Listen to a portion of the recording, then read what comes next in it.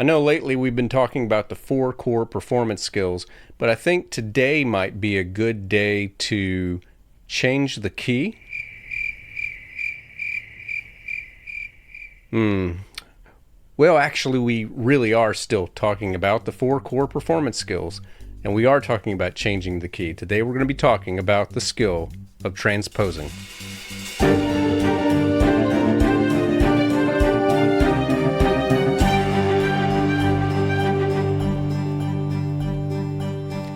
Hello and welcome to the Musician Toolkit, episode number 87. My name is David Lane, and it is great to be with you once again. I hope all of you are doing well. I am really enjoying exploring this series that is on the fourth part of what is to be a 5-part series, at least for now. And this series, if you're just catching it for the first time, you saw it in the title, I'm sure, but it's the four core performance skills. The first episode of the series was just an overview of the skills, and those core performance skills are sight reading, playing by ear, transposing, and improvising.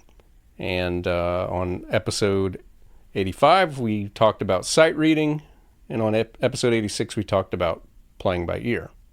Now, real quickly, I would encourage you to explore those past episodes for greater detail, especially for sight reading and for playing by ear, but also for a greater overview of the four core skills, as well as the common sub-skills that go into things. So sub-skills include technique, music theory, knowledge of music history, ear training, memorization. These are just some of the ones that we've mentioned that are not unique to any one performance skill, but really play a factor in all of them. So again, all of those episodes throughout the series will be in the show notes. You can go back and check out the past ones that you missed. So today's episode is all about transposing. While transposing has its own special challenges, it is the most straightforward skill to learn. Transposing is a unique skill that is actually codependent on at least one of the other skills we've already talked about. So it is codependent on sight reading or playing by ear. You first need a source. So transposing is taking music that already exists in some form or another and changing it to another key, changing it so that it is centered on another major or minor scale. Or, if we want to get really complicated, other modes, such as Dorian, Phrygian, and that's just really just scratching the surface of what we could be doing when we're transposing. So the order that we're going over these skills is kind of by design. I did sight reading and playing by ear first. Depending on what genre you play, I could have switched those around. If you're a classical musician, a church musician, you play for musical theater, if you're a session musician for like films, there is really nothing more valuable on this whole list than the ability to sight read well. I know a lot of great musicians who have steady work with paid gigs, and that's really the only one of these four skills that in my estimation, that they do particularly well. It's not to say that they can't do the other skills, but if you're really good at sight reading and you happen to be a classical musician or a session musician, especially for film, and if you play in musical theater, you can go a long way on sight reading. If you do anything else, and if you do some of what I just mentioned, there's nothing more valuable than being able to play by ear. And those two are totally independent of each other, and they're totally independent skills. You do not have to be able to improvise to be able to do either of those two, and you don't have to be able to do one to do the other, and you don't have to be able to transpose to do those. So transposing is third, and I mention it ahead of improvising because improvising is a unique category of skill, and I'll talk about it next week, but mainly it is a creative skill. And these other three don't really require that nearly as much. But transposing, it is a codependent skill on sight reading or playing by ear. And by the way, just as a reminder, when I talk about sight reading as a core skill, I'm really talking about the larger skill of being able to perform music while looking at a written score, which of course means it could be something that you've practiced for weeks or months or years, and therefore it's no longer technically sight reading. But the core performance skill of being able to play something well the first time has really a disproportionate value to how well you can play something the 50th time. Or it's a bit of an exaggeration. It has a disproportionate value to how well you can play it the 5th time. So thus the emphasis on sight reading. But anytime I mention sight reading as a core performance skill, you can include that as really the starting point, the very important starting point of playing while looking at a written score. Okay, let's talk more about transposing, today's topic. Why is transposing important? The same thing that I said as the first reason with being able to play by ear, and that is that it is liberating. It is musical freedom. So playing by ear, as I said, that's important because you don't have to have a written score to be able to play some music. You can figure it out by listening. Well, being able to transpose means that whether you're reading the music or hearing the music, you are not required to stay in that exact same key. Another reason it's important is that it allows you to be able to collaborate with any vocalist or instrumentalist from the same source. In other words, if you have the same score, or I should say, let me put that another way, you have a score and maybe you collaborate with different vocalists who maybe have a different transposed version. This happens in especially vocal music. Sometimes you have the exact same book for high voice, for medium voice, for low voice. If you don't transpose, you better have all 3 of those books. But being able to transpose, it gives you the freedom to just work with any vocalist on anything and have them say, I would really prefer if we could take this down a half step or a whole step or 3 half steps, or it's too low, let's go up by the same amount. If you play French horn, and we had an episode with Kate Warren where we talked about this. It's just been a few months ago. Don't hold me to that off the top of my head. I think that's episode 67, so it was about 20 episodes ago. We talked about how being able to transpose is actually expected when you play French horn for an orchestra, especially because so much of your repertoire is going to be Mozart, Haydn, Beethoven, Bach, Baroque, early classical, well, even really late classical, early romantic, coming from an era before the French horn had valves, and so therefore the horn is written in whatever the key of the piece is, even though you have a constant horn in F that you're playing from. So if you're not playing a symphony in F, you almost always have to transpose unless you happen to have a copy that has already been transposed for you. So the final reason it's a good idea to be able to transpose is just professionally speaking, it is one of those, wow, you can do that skills. Those skills that make people just say, wow, you can do that. I wasn't able to confirm this with Google before starting to record this episode. I looked, but I wasn't able to confirm it. But this was something that I was told by somebody probably 15 or 20 years ago about a pianist, professional pianist, not a well-known one, but one who played at a high level, did a lot of tours. He was a pianist composer, and again, probably late 19th, early 20th century, somewhere around then. I wish I could give you more information than that. But the legend was that he would very often, as part of his concerts, ask one audience member to give him a number 1 through 24 to correspond with the 24 preludes and fugues from the Well-Tempered Clavier, Book 1 or Book 2. So 48 total. But I think maybe this was just Book 1. But we'll just stick with that for now. But he would ask for a number, and then he would ask for a key, a major or minor key or whatever, from another audience member. And basically the whole point was he could, upon request, perform from memory any of the 24 preludes and fugues from the Well-Tempered Clavier by Bach and transpose them to any of the 24 keys. Now, whether or not that's actually true, the cool thing is it's possible. Now, it's difficult.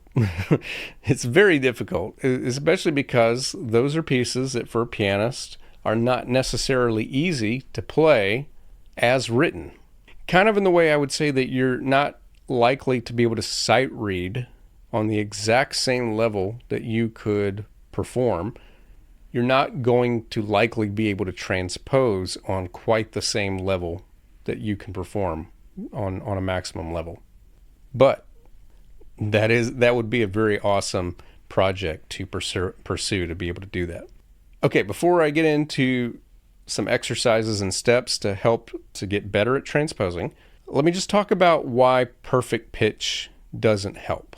Transposing is not about thinking about specific notes or letter names. If you're going to do this well, you can't just be thinking, well, that's a C going to an F. You need to hear that as a note in the scale going up a fourth. So it's not about knowing that you play a G, but it's whether that note, that G, is the first note of the scale, the fourth note of the scale, the seventh note of the scale, or whatever. So to transpose well, and you're going to hear that on a lot of these suggestions I'm going to be offering, it's all about understanding what you're playing in terms of a function or relative function within the scale. Without knowing that, and without being able to play a piece as written and understanding how it fits into the scale, how every note, how every chord, you make it very difficult to be able to transpose. Because basically, this is your common language from old key to new key. Because none of the notes are the same. But the first note of the scale in one key is going to be the first note of the scale for the other key, whatever that note is. So we talked a little bit about why perfect pitch really isn't necessary for playing by ear. It really doesn't help at all when it comes to transposing. All right, just as I did with sight reading and playing by ear, here are 10 exercises you can do to get better at transposing. And also as a reminder, if you're a music teacher and you're wanting to incorporate these 4 core performance skills as a part of your lesson plan, these are some ideas of how you can help a student improve with transposing. And again, like all the other skills, it's not just a concrete skill, but it's made up of parts, and there are levels to get there. I often like to say to my students, I talk about technique. If I told you I wanted you to get good at doing a push-up, a lot of people have an idea of what that looks like. There's a traditional push-up where you have both hands and both feet on the floor, and you're basically doing a plank position, and you lower yourself under control to the floor, and then you push with your arms back up. But a lot of people can't do that the first time they try it. But one thing they probably can do is they can probably put their hands up against the wall and just lean forward and push away, and then they can probably do that same position but on top of a table with their feet on the floor and their hands on top of the table. They're kind of doing a more of a 45-degree angle. That's a little harder, but then they get used to that, and then maybe they could find the seat of a chair. So they're getting progressively lower to the floor, and then when they go to the floor, they could use their knees. You could be on your knees and make that a little easier, and then you get strong enough and you take your knees off. Well, you can also keep going, and you could progress to the point to where you gradually distribute your weight to just one arm at a time and eventually do a one-arm push-up. So when we think about these core skills, kind of think about where you are on the ladder right now. You might be on the musical equivalent of a wall push-up. So you don't want to try the musical equivalent of a traditional one-arm push-up. Okay, I can tell this is going to be one of those episodes where I ramble quite a bit, so let me get focused. Let's talk about the first thing that you can do to improve your ability of transposing. So the first thing is technique. Learn all 12 major and minor keys. So take your 12 major and your 12 minor keys and learn all of your scales, all of your chord progressions, and all of your arpeggios. Now, to do this really well, you want to avoid being too consistent in how you go from one key to another. If you go through your scales in a routine, it almost requires that, if I'm going to go to this key number 2, I've got to come from the previous key that I usually practice with. So it might be if you're going around the circle of fifths counterclockwise, you're used to F after you played C. Okay, so let's mix it up just a little bit. I would recommend alternating your practice, and so rotate the following way. Chromatically up, so in other words, C, C sharp, D, D sharp, E. Progress chromatically down, so like C, B, B flat, A. Clockwise on the circle of fifths, so C, G, D, A, E, B, and so on. And counterclockwise in the circle of fifths, C, F, B flat, E flat, A flat, D flat, and so on. And you can get more creative than that. You could go up by whole steps. You'll only be able to do that 6 times, but then, say if you start on C, you go C, D, E, F sharp, or G flat, A flat, B flat. You could then go back to C sharp or D flat, and then E flat, F, G, A, B. And then, of course, go the other way. The more variety you can give, the more prepared you'll be for just being able to change the key and knowing all of your basics, all of your scales, all of your chord progressions, all of your arpeggios. And when you practice them, don't just think of what note is this, but think of what part of the scale that you're doing. This is so important. The second thing that you can do is sing along as you practice your scales and arpeggios with either a solfege system or a number system rather than saying the letter names. So I managed to have 18 years of formal music education without ever having to do solfege. So I know of solfege, and I know for a lot of you it is very valuable, but I just don't know it. I can do an ascending scale with do, re, mi, fa, sol, la, ti, do. But if I have to maneuver back and forth or go down, I haven't practiced. And then I know that there are other systems. There's fixed do, movable do.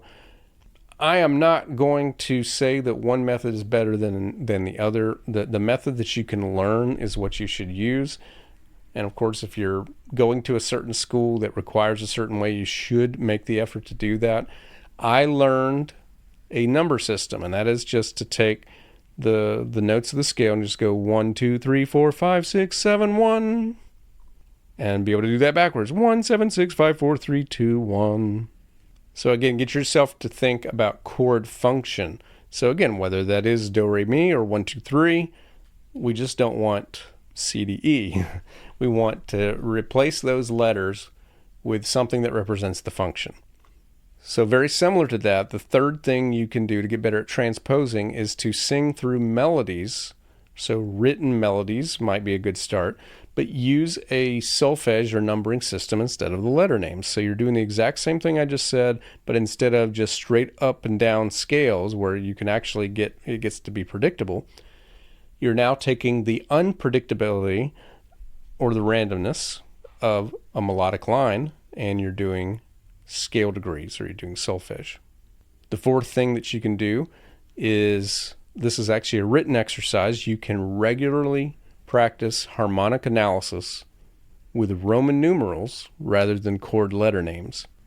So if you've ever done college level theory or like AP theory, and you've had to analyze things with Roman numerals, and you thought to yourself, why can't we just say it's B flat, E flat, C minor? Why do we have to write IV, 2 I's for 1, 4, and 2?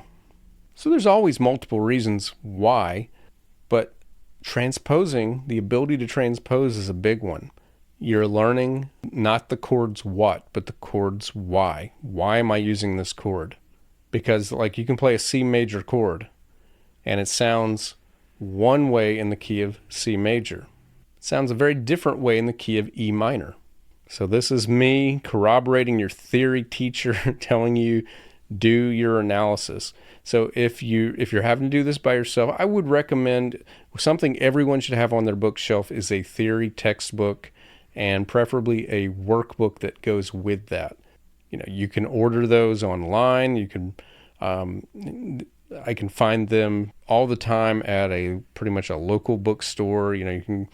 There are ways to get a hold of a good college theory textbook. The one that I've recommended before, it is Tonal Harmony by Koska and Payne. It's not like I have made it my duty to read a whole bunch of different theory textbooks, so I can't really compare. I have read probably about maybe 3 of them, and Koska and Payne is the one I like best of those. But even if you're not doing that, just take simple classical pieces. What I would recommend starting with, like easier piano pieces of Mozart or Haydn, maybe some of the easier pieces of Beethoven, and then kind of expand from there what you're able to do.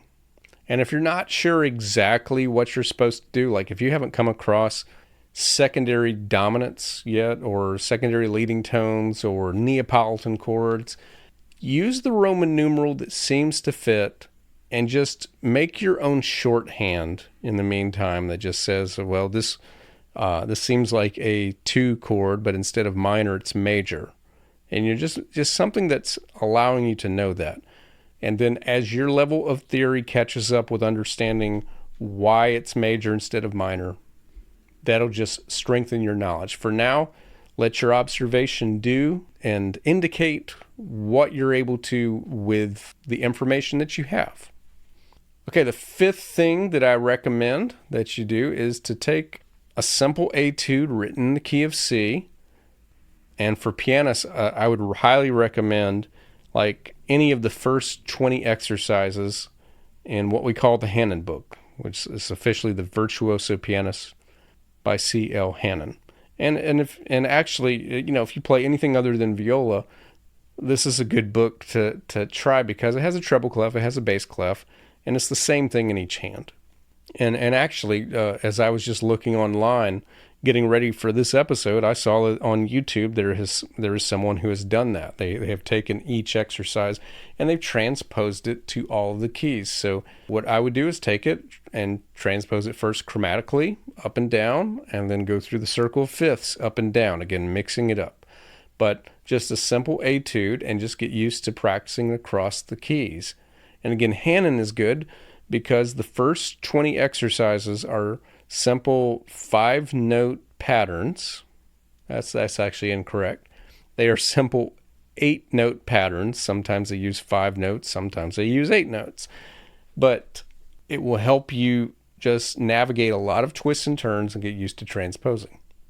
The 6th thing you can do is to take a method book. I kind of mentioned this idea when I was talking about playing by ear.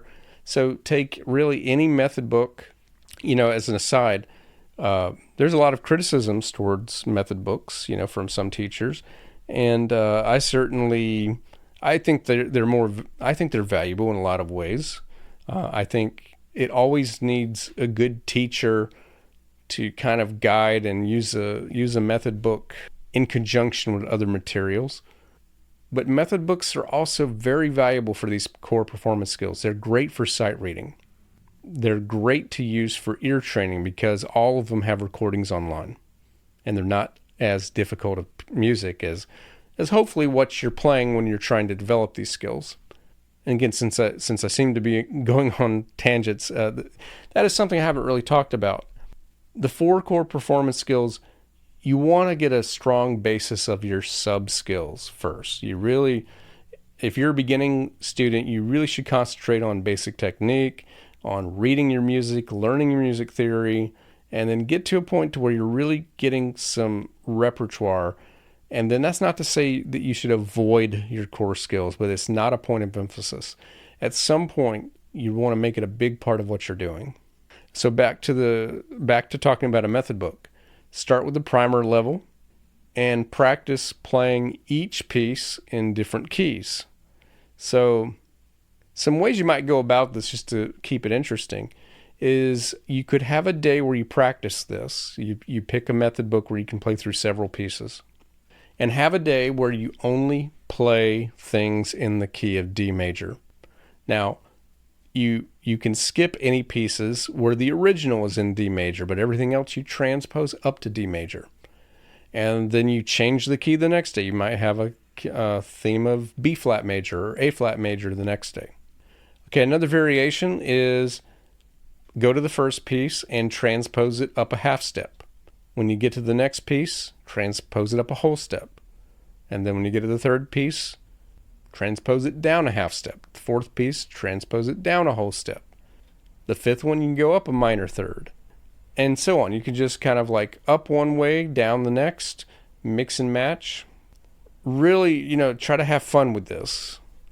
Kind of a third point to make about, playing from a method book and working on that for transposing is if you're having any trouble, write some solfege or some number systems for your melodies and Roman numerals for your harmonies.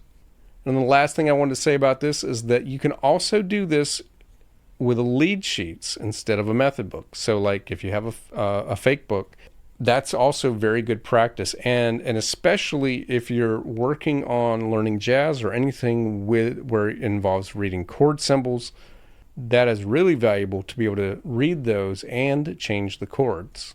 And it might be a little extra challenging because you're looking right at letter names as chord symbols, and you have to automatically think of them as functions instead.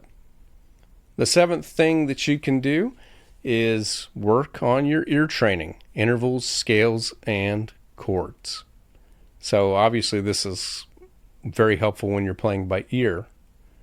But a lot of times when you're transposing, part of the problem is you're playing a different version than what you have as a source. And how can you know if you're playing it correctly? Well, a well-developed ear will be your guide. Your ear, if you have studied well, it will tell you if you are playing correctly. And I did not include this on my list, but since I talked about intervals, and I've kind of talked about, theory is a common subskill. When it comes to written music, I really cannot emphasize enough to get very good at recognizing intervals. Now, this is something that I talked about when we talked about sight reading. It is also super helpful when it comes to transposing. I haven't mentioned this yet, but there is a type of musician that actually the average person of this type of musician, this average type of performer, does pretty well with transposing, and those are vocalists, because vocalists are very good at seeing their music in terms of intervals, of recognizing the intervals within their own voice, and then just maneuvering that around to a different part of their voice. It's instrumentalists who are thinking about what keys to play, or where to play on a string, or what fingering combination or valve combination, that sometimes have to adjust their mindset to be able to transpose well. But ear training is also valuable for transposing. The eighth thing that you can do is to take one intermediate piece. For pianists, and again, I am a pianist, so this is why I'm always bringing this up as a reference. Think of something like the famous Minuet in G from the Anna Magdalena Bach notebook, which there's actually 3 Minuet in Gs as far as I know, but the famous one, the da da da da da da da da. And take that take a week, take a month, however much time you need, and transpose it to the other 11 keys. If you actually want to see what that might look like, one of my recent YouTube videos is how to play in any key, and I demonstrate taking that Minuet in G and playing it in the key of E. If the piece you're playing is originally in a minor key, transpose to the other 11 minor keys. The ninth thing you can do is to take everything I've suggested so far, all of the exercises I've mentioned, and now practice transposing to the 12 keys in the opposite mode. In other words, if your original piece was in major, make it minor and transpose that. If it was originally a minor key, make it major and transpose that. Now, when you do that, you may have some decisions, especially when you're going from major to minor, about what to do with the 6th and 7th scale degrees, because we have one traditional major scale, we have 3 traditional minor scales, and the differences in the minor scales all have to do with the 6th and 7th scale degrees. Well, one thing that really helped there is kind of understanding, and this is one of the things that's always driven me crazy about some theory books, is that they'll give the chords that you can expect within a minor scale, where they're raising the 7th scale degree all the time, when I always have to tell students, you don't typically do that for the 7th scale degree that occurs on the 3 chord. The 3 chord is your 3rd, 5th, and 7th scale degrees played together. And if you're raising the 7th on that, you're making that an augmented triad instead of a major triad that you would get with just the normal 7th that occurs in the natural minor scale. And oh, by the way, that is the relative major chord to that key. So it may take just a little bit of practice when you're going from a major key to a minor key. But that's the 9th suggestion, is practice changing it to the opposite mode and transposing that. And then the 10th suggestion, while I mentioned early on, that you really need to do this by having a written score or playing by ear. You have to have one of those 2 things down first. I kind of feel like strongly implied in everything I've said so far involves a written score. So the 10th thing is, don't forget to make this part of practicing music by ear. You can join them together. When you're working on playing something by ear, let's just say every time you learn a piece, just out of habit, transpose it to 2 other keys. Don't just learn a piece as written, but go ahead and once you've got it down, change it to 2 other keys. So that's it. Again, transposing is really the only dependent skill of the 4 core skills. And I debated whether or not to even include it and to just have 3 core performance skills. But I thought about how it really, unlike any of the other skills, really forces you to think about function, such an important part of music theory that we don't often put into play, because the other ways you really can get by, if you just think about what note do I play, what chord do I play, instead of how does this relate to the key that I'm playing. So it really makes you think about how your music is relative to a key center. And also, I've worked with some excellent musicians who have told me up front, I don't transpose. And while that has never been something, I have never not hired a musician because they couldn't transpose. I have sometimes wished that the musician that I was working with could transpose, because there are situations where it would be handy. I didn't even really give any situations, but if you play music for a church, like for hymns, one of the things that you could do, if a choir's singing along, you might have to kind of rehearse this in advance, but it's fun to modulate, to change the key on the last verse. You can get creative with some arrangements that otherwise are kind of, repetitive. Again, it's just another piece of musicianship that you unlock when you take time to get good at this one thing. All this is just to say it is a skill very much worth learning, and I'm glad that I did include it in the series as one of the 4 core performance skills. Okay, so that's going to wrap up today's episode all about transposing. We've now covered 3 of the 4 core performance skills. We've covered sight reading, playing by ear, and transposing. We have 1 left, and that's going to be talking about improvisation. I'll be doing that on the next episode. So a few things before we wrap up. We are wrapping up. But a few things before this episode reaches its full end. I just want to remind you to please share this episode if you received any value from it at all.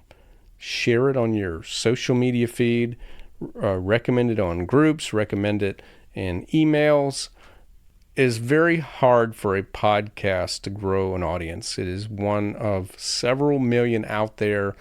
And, in case you don't know this, podcasts are not like anything else that I could post. So if I posted to, Instagram, to TikTok, or to YouTube, I could rely on an algorithm showing it to people who might find it interesting. In fact, I rely very heavily on this very feature for my YouTube videos. But on podcast feed, it doesn't do that. It doesn't play things for you. It may or may not suggest something for you might like, but most of the time that's kind of dependent on advertising. The only way I get any reach at all, a very, very, very small percentage, comes from SEO, that shows up, on podcast descriptions, that makes its way into when people are searching for something on this topic. But what really helps is listener sharing it with another listener. That's the biggest thing you could do. The second thing that you can do is if you have not offered a 5-star review on Apple or Spotify, Apple Podcasts or Spotify, that doesn't help as much, but it does help. It doesn't help with the reach, but it validates when someone's looking to check it out and they see that there's 5-star ratings and there's some reviews. It's proof of concept that this is a podcast worth their time to check out. Also, just want to let you know there are going to be some changes to my podcast world that I'm delaying until we get to episode 100 before I introduce them. This podcast will not be going away, but I'm going to be changing some things about it. So if you've made it to this point in the episode, congratulations. I would like for you to do something. I want to ask something specific this time. You can send me a message on my website, or you can send me a direct message on Instagram at David Lane Music, or on Facebook at David M. Lane Music, and my website is davidlanemusic.com. You can just go there and there's a contact form. Just send me a quick note. And what I'd really like for you to tell me is, who are you as a listener? Just why do you listen to this podcast? What are the types of episodes that interest you? But if you don't even want to say that, just who are you as a musician? Are you a music student? Are you in high school? Are you in college? Are you an adult? Are you a retiree? Are you a professional musician who's just getting started? Or one who's been maybe a little stagnant in their career? You've been a professional for a while, but you're wanting to advance and, increase your prospects. Because I'm still working on some of these changes. And what I'm really trying to figure out is, who is my audience? Who is listening to these podcasts? Analytics can tell me where you're listening from. They can even tell me what percentage of you are male and what your ages are. There's a lot of great analytics out there, but they don't tell me who you are and why you're listening. And that is something I would really love to know, and I'd really love to know in the next few weeks as I start to make some changes again to this podcast so that I can kind of tweak it to do more episodes for the audience that's listening and maybe fewer episodes that are kind of outside that norm. So apologies for me being just a little bit more rambly. If I do have an excuse, I usually record these episodes in the morning, and I'm recording fairly late at night today. It's just been when I had time to sit down and record this, and I guess I am not nearly as focused at night as I am in the morning. So that's information for myself for the future that I'll try to keep in mind. Again, thank you so much for listening to this podcast, for taking time out of your week to listen to this episode especially. And I'll be back with you again next week.